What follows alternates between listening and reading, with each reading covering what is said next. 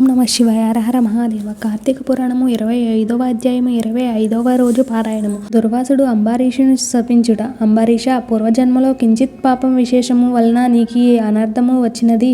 నీ బుద్ధితే దీర్ఘముగా ఆలోచించి నీకెటులా అనుకూలించినో అటులనే చెయ్యి. ఇక మాకు సెలవిప్పించుము అని పండితులు పలికిరి. అంతా అంబరీషుడు, ఓ పండితోత్తములారా, నా నిశ్చితాభిప్రాయమును ఆలకించి వెడలము. ద్వాదశి నిష్టను విడిచుట కన్నా విప్రశాపము అధికమైనది కాదు.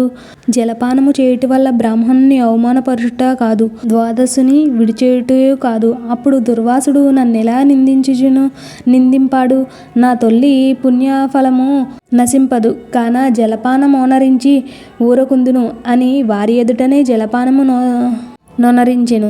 అంబరీషుడు జలపానమొనరించిన మరుక్షణమునే దుర్వాసుడు స్నానజపాదులు పూర్తి చేసుకుని అక్కడకు వచ్చెను. వచ్చిన వెంటనే ఆ ముని మహారౌద్రకారుడై కండ్ల వెంట నిప్పులు క్రక్కుచూ, ఓరి మదాంధ, నన్ను భోజనానికి రమ్మని నేను రాకనే నీవేళ భుజించితివి? ఎంత దుర్మార్గము, ఎంత నిర్లక్ష్యము, ఎంతటి ధర్మపారిత్యాగివి! అతిథికి అన్నము పెట్టెదనని ఆశ చూపి పెట్టకుండా తాను తిన్నవాడు మలభక్షకుడు అగును. అట్టి అధముడు మరుజన్మలో పురిగై పుట్టెను. నీవు భోజనమునకు బదులు జలపానము చేసితివి. అది భోజనంతో సమానమైనదే. నీవు అతిథిని విడిచి భుజించినావు కాన నీవు నమ్మక ద్రోహివి వగుదువే గాని హరిభక్తుడు వెట్లుగాగలవు? శ్రీహరి బ్రాహ్మణ అవమానము సహింపడు. మమ్మే అవమానించుట అని నా శ్రీహరిని అవమానించుటయే. నీ వంటి హరినిందపరుడు మరి ఒక్కడు లేడు. నీవు మహాభక్తునని అతి గర్వము కలవాడివై ఉన్నావు. ఆ గర్వముతోనే నీవు నన్ను భోజనమునకు ఆహ్వానించి అవమానపరిచి నిర్లక్ష్యముగా జలపానమొనరించితివి. అంబరీష, నీవెట్లు పవిత్ర రాజకుటుంబంలో పుట్టినావురా?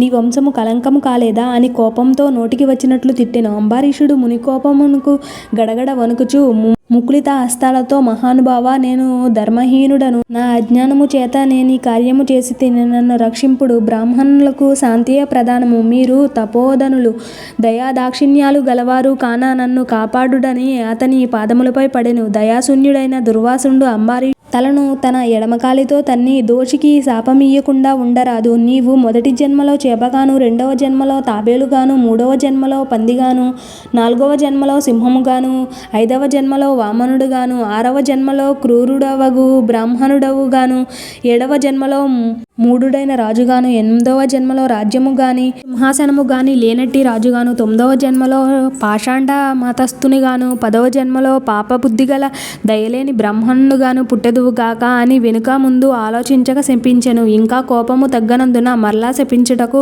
ఉద్యుక్తుడగుచుండగా శ్రీ మహావిష్ణువు బ్రాహ్మణ శాపము వృధా కాకూడదని తన భక్తుణ్ణి ఏ అపాయము కలగకుండుటకు అంబరీషుని హృదయములో ప్రవేశించి, మునివర్య, అటులనే మీ శాపమును అనుభవింతునని ప్రాధేయపడెను. ఈ దుర్వాసునుడు ఇంకనూ కోపము పెంచుకొని శపించబోగా శ్రీమన్నారాయణుడు తన సుదర్శన చక్రమును అడ్డుపెట్టెను. ఆ సుదర్శనము కోటి సూర్యప్రభలతో అగ్నిజ్వాలలు క్రక్కుచూ దుర్వాసునిపై పడబోయెను. అంతా దుర్వాసునుడు ఆ చక్రము తన్ను మసిచేయునని తలంచి ప్రాణముపై కలిగి అచ్చటి నుంచి బ్రతుకు జీవుడా అని పరిగెడును. మహాతేజస్సుతో చక్రాయుధము దుర్వాసుని తరుముచుండెను. దుర్వాసునుడు తన్ను కాపాడమని భూలోకమును ఉన్న మహామునులను, దేవలోకమును కరిగి దేవేంద్రుని, బ్రహ్మలోకానికి వెళ్ళి బ్రహ్మదేవుని, కైలాసమునకు వెళ్ళి పరమేశ్వరుని ఎంత ప్రార్థించినో వారు సైతము చక్రాయుధము బారి నుండి దుర్వాసుని కాపాడలేకపోయిరి. ఇట్లు స్కాందపురాణ అంతర్గత వశిష్ఠ ప్రోక్త కార్తీక మహత్యమందలి 25వ 25వ రోజు పారాయణము సమాప్తము. ఓం నమ శివాయ. హరహర మహాదేవ. వీడియో నచ్చితే లైక్ చేయండి, షేర్ చేయండి, కామెంట్ చేయండి. మన ఛానల్ని సపోర్ట్ చేసి సబ్స్క్రైబ్ చేయడం మాత్రం మర్చిపోకండి.